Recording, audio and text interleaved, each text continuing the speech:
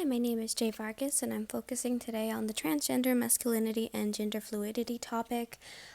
Oftentimes, we look at the transgender inclusion in the workplace with recommended policies and practices that prohibit discrimination against transgender employees. Oftentimes, it's including the gender identity or expression with other protected categories. However, most trans people often experience stigma and discrimination, especially hostility from others, and just pressure to conform or manage how they perceive themselves. Oftentimes, women or trans women who are in the process of transitioning are told to dress like a man, and as for men, vice versa, as well as with bathrooms. Now, today we are talking about 2 to 3 articles, I believe, two and a few court cases that will just look over the subjugation of all the discrimination going on today. Oftentimes, just the rights in the workplace are overviewed, and it's very sad and contingent. However, there are a few marks where people are making their paveway. Now, a great example would be Amy Steffen. She was working in her place of work for about 6 years before having her position terminated. Now, Steffens was a transgender woman, and her position was from the Detroit Funeral Home. It was terminated soon after informing her employer that she was commencing her transition to become female, and she would be going to work presenting as female as well. However, nothing was really done in the state court. It just managed to be taken to the circuit court 3 years later, where the appeals found that the article title, I believe 6 or 7, was taken in place, and her rights were protected simply because of, her sex being under the employer's policy. As any trans person, Stefan says that regardless of any position, the interview process is always awkward. According to the center's 2015 transgender survey, 1 of 6 people said that they lost their job because of their gender identity, and nearly 30% of people who held jobs were reported fired because of who they were.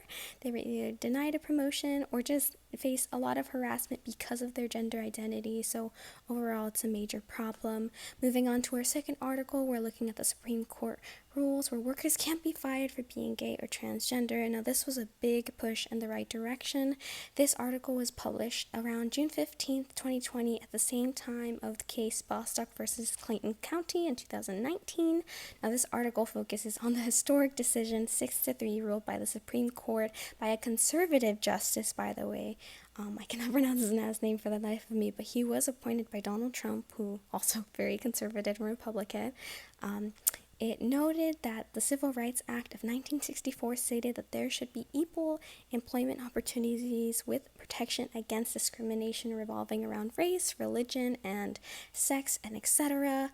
This was just going off of how the issue of most LGBTQ people say that their employers often face discrimination on sex, and they disclude the sexual orientation and gender identity as part of it.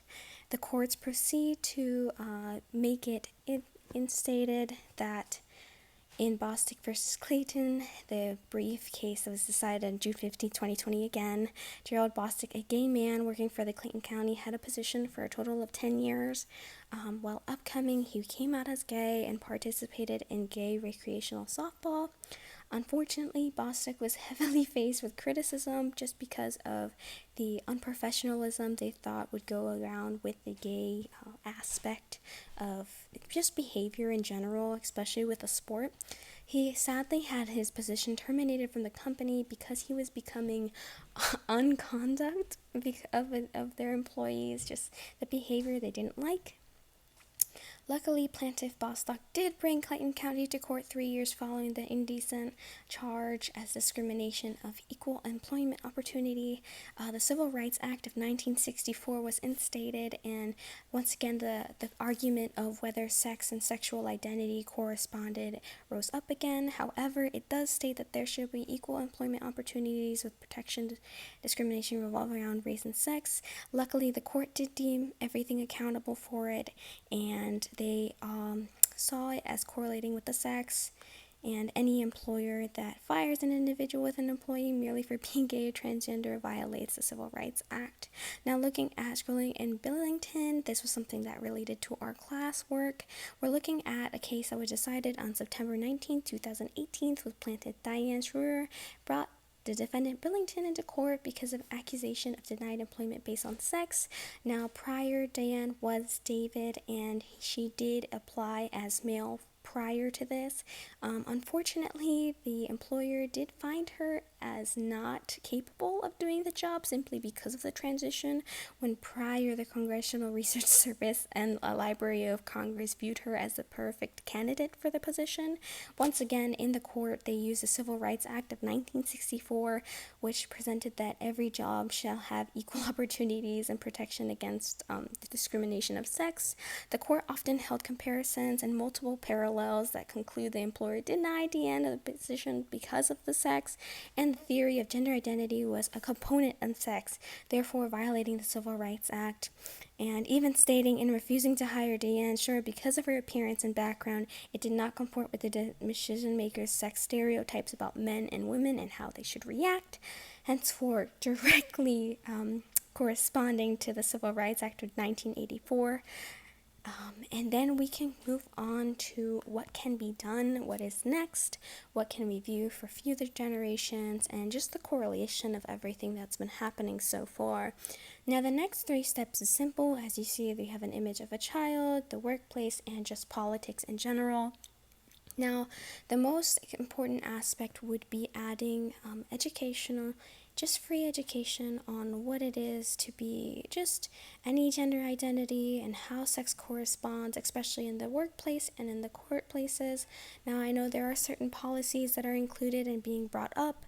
However, I feel like the push is not simply enough. The correspondence to everything just ties into court cases that seem to stack upon each other. They kind of seem to derive from the same situation in which discrimination just happens in the workplace for providing your self-image and not being according to what the societal norm is. For instance, Amy Steffen with her transgender woman position just being refuted because she decided to present herself as female.